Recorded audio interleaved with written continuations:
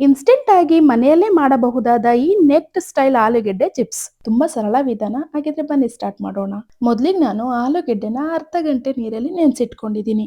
ಅರ್ಧ ಗಂಟೆ ಆದ್ಮೇಲೆ ಆಲೂಗೆಡ್ಡೆಯ ಮೇಲ್ಭಾಗದ ಸಿಪ್ಪೆನ ಎರಚಿ ತೆಗೆದುಕೊಳ್ತೀನಿ. ಆಲೂಗೆಡ್ಡೆನ ನೀರಲ್ಲಿ ಯಾಕೆ ನೆನೆ ಇಡಬೇಕು ಅನ್ನೋದಾದ್ರೆ ಸ್ವಲ್ಪ ಕ್ರಿಸ್ಪಿ ಆಗಿ ಬರುತ್ತೆ ಅಂತ. ಅದಕ್ಕೋಸ್ಕರ ಆಲೂಗೆಡ್ಡೆನ ನೀರಲ್ಲಿ ನೆನೆಸಿಟ್ಕೋಬೇಕು. ಇದೇ ತರ ಎಲ್ಲಾ ಆಲೂಗೆಡ್ಡೆಯ ಸಿಪ್ಪೆಯನ್ನು ಕೂಡ ಎರೆದು ನೀರಲ್ಲಿ ಹಾಕೊಳ್ತೀನಿ. ನೀರಲ್ಲಿ ಹಾಕದೆ ಹೊರಗಡೆನೆ ಇಟ್ರೆ ಬೇಗ ಆಲೂಗೆಡ್ಡೆ ಕಪ್ಪಾಗುತ್ತೆ. ಮತ್ತು ಈ ಚಿಪ್ಸ್ ಇನ್ಸ್ಟೆಂಟ್ ಆಗಿರೋದ್ರಿಂದ ಇದನ್ನು ಬಿಸಿಲಲ್ಲೂ ಒಣಗಿಸೋದಿಲ್ಲ, ಬಾಯ್ಲ್ ಮಾಡ್ಕೊಳ್ಳೋ ಹಾಗಿಲ್ಲ.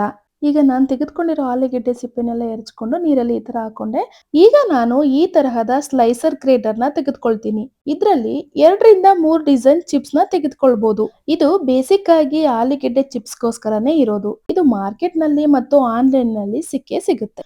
ನಾನ್ ಇವತ್ತು ಜಾಳಿಗೆ ಅಥವಾ ನೆಟ್ ಡಿಸೈನ್ ಮಾಡ್ಕೊಳ್ತೀನಿ. ಇದು ನೋಡಕ್ಕೆ ತುಂಬಾ ಸುಂದರವಾಗಿ ಕಾಣಿಸುತ್ತೆ. ಇನ್ಸ್ಟೆಂಟ್ ಆಗಿ ಚಿಪ್ಸ್ ಮಾಡೋದ್ರಿಂದ ತೆಳುವಾಗಿದ್ರೇನೆ ಬೆಟರು. ನೋಡಿ, ಇಲ್ಲಿ ನೀವು ಏನ್ ಮಾಡ್ಬೇಕು ಅಂದ್ರೆ ಒಂದ್ಸತಿ ಸ್ಟ್ರೈಟ್ ಸ್ಲೈಸ್ ಮಾಡಿ, ನೆಕ್ಸ್ಟ್ ಅಡ್ಡ ಈ ತರ ಸ್ಲೈಸ್ ಮಾಡಿ. ಅವಾಗ ಈ ತರ ನೆಟ್ ಸ್ಲೈಸ್ ಬರುತ್ತೆ. ನೀವು ನೋಡ್ತಾ ಇರ್ಬೋದು ನಾನು ಹೇಗ್ ಮಾಡ್ತಾ ಇದ್ದೀನಿ ಅಂತ. ಆಲೂಗೆಡ್ಡೆನ ಒಂದು ಸರಿ ಸ್ಲೈಸ್ ಮಾಡಿ, ನೆಕ್ಸ್ಟ್ ಆಲೂಗೆಡ್ಡೆನ ಟರ್ನ್ ಮಾಡಿ ಸ್ಲೈಸ್ ಮಾಡ್ತೀನಿ. ಅವಾಗ ಈ ತರ ನೆಟ್ ಸ್ಲೈಸ್ ಬರುತ್ತೆ. ಪ್ಲೇನ್ ಚಿಪ್ಸ್ ಮತ್ತೆ ಈ ನೆಟ್ ಚಿಪ್ಸ್ ಮಕ್ಕಳ ಮುಂದೆ ಇಟ್ರೆ ಮಕ್ಕಳು ಪ್ಲೇನ್ ಚಿಪ್ಸ್ ನ ಮುಟ್ಟೋದೇ ಇಲ್ಲ. ನೆಟ್ ಚಿಪ್ಸ್ ಗೋಸ್ಕರ ಕಿತ್ತಾಡ್ತಾ ಇರ್ತಾರೆ. ಅದಕ್ಕೋಸ್ಕರ ಎಲ್ಲಾ ನೆಟ್ ಚಿಪ್ಸ್ ಮಾಡ್ತಾ ಇರೋದು. ಈಗ ಇಮಿಡಿಯೇಟ್ ಆಗಿ ಎಲ್ಲಾನು ನೀರಿಗೆ ಹಾಕೊಳ್ತೀನಿ, ಇಲ್ಲ ಅಂದ್ರೆ ಬ್ಲಾಕ್ ಆಗ್ಬಿಡ್ತವೆ. ಇದು ಇನ್ಸ್ಟೆಂಟ್ ಚಿಪ್ಸ್ ಆಗಿರೋದ್ರಿಂದ ಕೆಲವೊಂದು ಚಿಕ್ಕ ಚಿಕ್ಕ ಸಂಗತಿಗಳನ್ನ ಫಾಲೋ ಮಾಡ್ಬೇಕಾಗತ್ತೆ. ನೀವು ನೋಡ್ತಾ ಇರ್ಬೋದು, ಆಲೂಗೆಡ್ಡೆನ ನಾವು ಈ ತರ ಸ್ಲೈಸ್ ಮಾಡ್ಬೇಕಾದ್ರೆ ಸ್ಟ್ರೈಟ್ ಆಗಿ ಮಾಡ್ತಂದ್ರೆ ಈ ತರ ಡಿಸೈನ್ ಬರಲ್ಲ. ಅದಕ್ಕೋಸ್ಕರ ಸ್ವಲ್ಪ ನೋಡ್ಕೊಂಡು ಆಲೂಗೆಡ್ಡೆನ ಒಂದ್ಸರಿ ಸ್ಟ್ರೈಟ್ ಮಾಡಿ ಮತ್ತೆ ಆಲೂಗೆಡ್ಡೆನ ಟರ್ನ್ ಮಾಡ್ಕೊಂಡು ಈ ತರ ಸ್ಲೈಸ್ ಮಾಡ್ಕೋಬೇಕು. ನೀವು ನೋಡ್ತಾ ಇರ್ಬೋದು ನಾನು ಹೇಗ್ ಮಾಡ್ತಾ ಇದ್ದೀನಿ ಅಂತ. ಸರಿ ಸ್ಟ್ರೈಟ್ ಆಗಿ ಸ್ಲೈಸ್ ಮಾಡ್ಕೊಂಡು ಮತ್ತೆ ಆಲೂಗೆಡ್ಡೆನ ಟರ್ನ್ ಮಾಡ್ಕೊಂಡು ಆಪೋಸಿಟ್ ಆಗಿ ನಾನು ಸ್ಲೈಸ್ ಮಾಡ್ತಾ ಇದ್ದೀನಿ. ರೈಟ್ ಮತ್ತೆ ಆಪೋಸಿಟ್ ಮಾಡ್ದಾಗ್ಲೇನೆ ಈ ತರ ನೆಟ್ ಸ್ಲೈಸ್ ಬರುತ್ತೆ. ನೋಡಿ, ನಾನು ಆಲೂಗೆಡ್ಡೆ ಎಲ್ಲಾನು ಈ ತರ ಸ್ಲೈಸ್ ಮಾಡ್ಕೊಂಡು ತೆಗ್ದಿಟ್ಕೋತೀನಿ. ತೆಗ್ದಿಟ್ಕೊಂಡ ನಂತರ ನಾನು ಇದನ್ನ ಇಮಿಡಿಯೇಟ್ಲಿ ನೀರಿಗೆ ಕೂಡ ಹಾಕೊಳ್ತೀನಿ. ನೀರಿಗೆ ಹಾಕೊಳ್ದೆ ಇದ್ರೆ ನಾವು ಆಲ್ರೆಡಿ ಹೇಳ್ದಂಗೆ ಆಲೂಗೆಡ್ಡೆ ಕಪ್ಪಾಗ್ಬಿಡುತ್ತೆ. ಸ್ಲೈಸ್ ಮಾಡಿರೋ ಆಲೂಗೆಡ್ಡೆ ಎಲ್ಲಾನು ಕೂಡ ನಾನು ಇದೇ ರೀತಿ ನೀರಲ್ಲಿ ಹಾಕೊಂಡಿದ್ದೀನಿ. ಏನಕ್ಕೋಸ್ಕರ ಅಂದ್ರೆ ಈ ಆಲೂಗೆಡ್ಡೆಲಿ ಸ್ಟಾರ್ಚ್ ಇರುತ್ತೆ. ಸ್ಟಾರ್ಚ್ ಇರೋದ್ರಿಂದ ನಾವು ಹೊರಗಡೆ ಇಟ್ರೆ ಕಪ್ಪಾಗುತ್ತೆ. ನೀವು ಕಾಣ್ಬೋದು ನೀರು ವೈಟ್ ಆಗ್ತಾ ಇದೆ ಅಂದ್ರೆ ಗಂಜಿ ಬಿಡ್ತಾ ಇದೆ ಅಂತ. ಅದಕ್ಕೋಸ್ಕರ ನಾನು ಇದನ್ನ 2 ರಿಂದ 3 ಬಾರಿ ಚೆನ್ನಾಗಿ ತೊಳ್ಕೊಳ್ತೀನಿ. ನೀರು ತಿಳಿ ಆಗೋವರೆಗೂ ಕೂಡ ತೊಳೆದ್ಕೊಳ್ತೀನಿ. ಇಲ್ಲ ಅಂದ್ರೆ ಗಂಜಿ ಸಮೇತ ಫ್ರೈ ಮಾಡಿದ್ರೆ ಚಿಪ್ಸ್ ಹಸಿ ಬಿಸಿಯಾಗಿ ಬೇಯುತ್ತೆ. ಎಷ್ಟೇ ಫ್ರೈ ಆದ್ರೂ ಕೂಡ ಅದು ಕ್ರಿಸ್ಪಿಯಾಗಿ ಫ್ರೈ ಆಗಲ್ಲ. ದಯವಿಟ್ಟು ನನ್ನ ಚಾನೆಲ್ ನ ಸಬ್ಸ್ಕ್ರೈಬ್ ಮಾಡಿ, ವಿಡಿಯೋ ನೋಡೋದ್ಮೇಲೆ ಮರಿಬೇಡಿ. ನೋಡಿ, ನೀವು ನೋಡ್ತಾ ಇರ್ಬೋದು ನಾನು ಹೇಗ್ ತೊಳಿತಾ ಇದ್ದೀನಿ ಅಂತ. ಹಿಂಗೆ ನೀಟಾಗಿ ಜಾಲ್ಸೋ ತರ ಹಿಂಗೆ ಕೈ ಆಡಿಸ್ಕೊಂಡು ತೊಳ್ಕೋಬೇಕು. 3 ರಿಂದ 4 ಸರಿ ಕ್ಲೀನ್ ಆದ ನಂತರ ನೀರು ಕೂಡ ಎಷ್ಟು ಕ್ಲೀನ್ ಆಗಿ ಕಾಣಿಸ್ತಿದೆ ನೋಡಿ. ಇವಾಗ ಇದಕ್ಕೆ ನಾನು ಐಸ್ ಕ್ಯೂಬ್ ನ ಆಡ್ ಮಾಡ್ಕೊಳ್ತಾ ಇದ್ದೀನಿ. ಐಸ್ ಕ್ಯೂಬ್ ಏನಕ್ಕೆ ಹಾಕೊಳ್ಳೋದು ಅಂತಂದ್ರೆ ಈ ಸ್ಲೈಸ್ ಎಲ್ಲ ಹಾರ್ಡ್ ಆಗಿ ಚಿಪ್ಸ್ ಕೂಡ ತುಂಬಾ ಕ್ರಿಸ್ಪಿ ಆಗಿ ಬರುತ್ತೆ ಮತ್ತು ತಿನ್ನೋದಕ್ಕೂ ಕೂಡ ಚೆನ್ನಾಗಿರುತ್ತೆ. ಈ ಐಸ್ ಕ್ಯೂಬ್ ಹಾಕಿರೋ ನೀರಲ್ಲೇನೆ 5 ರಿಂದ 10 ನಿಮಿಷ ಹಾಗೇನೆ ಬಿಡ್ತೀನಿ. ಅಷ್ಟರಲ್ಲಿ ನಾವು ಮುಂದಿನ ಪ್ರಿಪರೇಷನ್ ಮಾಡ್ಕೊಳ್ಳೋಣ.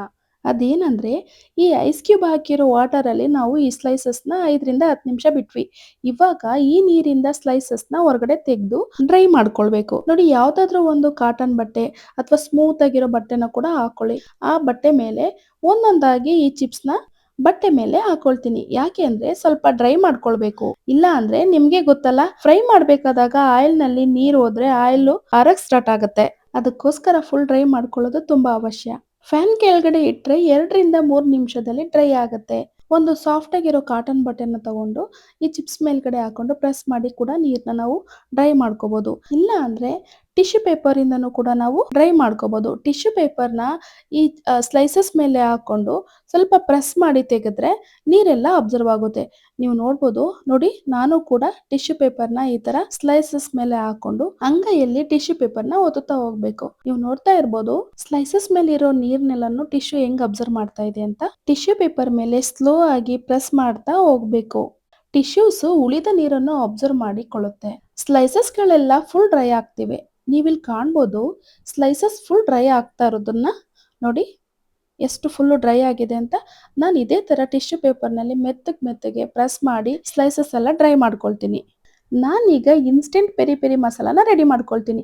ಮೊದಲಿಗೆ ನಾನು ಅರ್ಧ ಟೀ ಸ್ಪೂನ್ ಉಪ್ಪು, ಅರ್ಧ ಟೀ ಸ್ಪೂನ್ ಅಚ್ಚ ಖಾರದ ಪುಡಿ, ಅರ್ಧ ಟೀ ಸ್ಪೂನ್ ಶುಗರ್ ಪೌಡರು, ಅರ್ಧ teaspoon peri peri masala, ಅರ್ಧ ಟೀ ಸ್ಪೂನ್ ಆಮ್ಚೂರ್ ಪೌಡರು ಇಷ್ಟನ್ನೆಲ್ಲ ಹಾಕೊಂಡು ಈ ಬಾಕ್ಸ್ಗೆ ಹಾಕಿರೋ ಮಸಾಲೆಗಳೆಲ್ಲ ಚೆನ್ನಾಗಿ ಮಿಕ್ಸ್ ಆಗಬೇಕು. ನೋಡಿ ಈ ತರ ಚೆನ್ನಾಗಿ ಮಿಕ್ಸ್ ಮಾಡ್ಕೊಳ್ಳಿ. Instant peri peri masala ready ಆಗಿದೆ. ಒಲೆ ಮೇಲೆ ಎಣ್ಣೆ ಕಾಯಕ್ಕೆ ಇಟ್ಟಿದ್ದೆ. ಇವಾಗ ಎಣ್ಣೆ ಕಾದಿದೆ.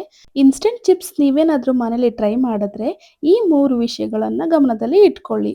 ಮೊದಲನೆಯದು ಹೊಸ ಆಲೂಗೆಡ್ಡೆನ ಯೂಸ್ ಮಾಡ್ಕೊಳ್ಬೇಕು. ಎರಡನೆಯದು ಕರೆಕ್ಟ್ ಆಗಿ ಸ್ಲೈಸ್ ಮಾಡ್ಕೊಂಡು ನೀರು ಉಳಿದಂಗೆ ಡ್ರೈ ಮಾಡ್ಕೊಳ್ಬೇಕು.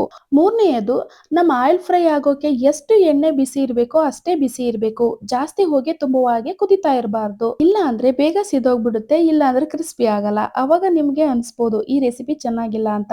ತುಂಬಾ ಜನ ಎಲ್ಲ ಪ್ರೊಸೆಸ್ ಕರೆಕ್ಟ್ ಆಗಿ ಮಾಡ್ತಾರೆ, ಫ್ರೈ ಮಾಡುವಾಗ ಎಡವು ಬಿಡ್ತಾರೆ. ನೀವು ಈ 3 ಸಂಗತಿನ ಕರೆಕ್ಟ್ ಆಗಿ ಫಾಲೋ ಮಾಡ್ಕೊಳ್ಳಿ.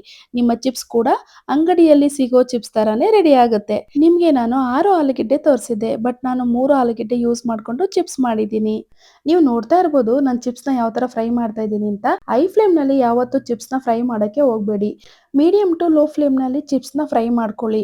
ಮತ್ತು ಮಸಾಲೆ ಹಾಕ್ತೇನೆ ಒಂದು ಏರ್ ಟೈಟ್ ಕಂಟೈನರ್ ಬಾಕ್ಸ್ ಹಾಕೊಂಡು 2 ರಿಂದ 3 ವಾರ ಕೂಡ ಆರಾಮಾಗಿ ಸ್ಟೋರ್ ಮಾಡ್ಕೋಬಹುದು. ನಾನಿಲ್ಲಿ ಪೆರಿ ಪೆರಿ ಮಸಾಲೆನೂ ಕೂಡ ಆಡ್ ಮಾಡ್ಕೊಂಡು ಚೆನ್ನಾಗಿ ಮಿಕ್ಸ್ ಮಾಡ್ಕೊಳ್ತೀನಿ. ಮಸಾಲೆನ ಆಡ್ ಮಾಡಿದ ತಕ್ಷಣ ಚಿಪ್ಸ್ನ ತಿಂದು ಖಾಲಿ ಮಾಡ್ಬಿಡ್ಬೇಕು. ಮಸಾಲೆ ಹಾಕಿ ಸ್ಟೋರ್ ಮಾಡಿ ಇಟ್ರೆ ಮಸಾಲೆ ಮಾಯ್ಶ್ಚರ್ ಬಿಡುತ್ತೆ, ಅವಾಗ ಚಿಪ್ಸ್ ಎಲ್ಲ ಕೆಟ್ಟೋಗ್ಬಿಡುತ್ತೆ. ಇವಾಗ ನಾನು ಒಂದು ಸರ್ವಿಂಗ್ ಪ್ಲೇಟ್ಗೆ ಹಾಕೊಂಡಿದ್ದೀನಿ. ನೋಡ್ತಾ ಇರ್ಬೋದು ಚಿಪ್ಸ್ ಎಷ್ಟೊಂದು ಕ್ರಿಸ್ಪಿಯಾಗಿ ಬಂದಿದೆ ಅಂತ. ಆಚೆ ಹೋದಾಗ ಮಕ್ಕಳಿಗೆ ಅನ್ಹೆಲ್ತಿ ಚಿಪ್ಸ್ ತಿನ್ಬಾರ್ದು ಅಂತ ಎಷ್ಟೇ ಹೇಳಿದ್ರು ಕೇಳಲ್ಲ. ಅವರಿಗೆ ಚಿಪ್ಸೇ ಬೇಕಾಗುತ್ತೆ. ಅದಕ್ಕೋಸ್ಕರ ಮನೆಯಲ್ಲಿ ಈ ತರಹ ಹೆಲ್ತಿ ಆದ ಇನ್ಸ್ಟೆಂಟ್ ಚಿಪ್ಸ್ ಮಾಡ್ಕೊಡಿ. ಈ ರೆಸಿಪಿ ಹೇಗೆ ಅನಿಸ್ತಂತ ಪ್ಲೀಸ್ ಕಮೆಂಟ್ಸ್ ಮಾಡಿ ಅಂತ ಹೇಳ್ತಾ ಇದೇ ತರ ಹೊಸ ರೆಸಿಪಿಯೊಂದಿಗೆ ನೆಕ್ಸ್ಟ್ ವಿಡಿಯೋದಲ್ಲಿ ಮತ್ತೆ ಸಿಗ್ತೀನಿ. Thank you. Bye bye.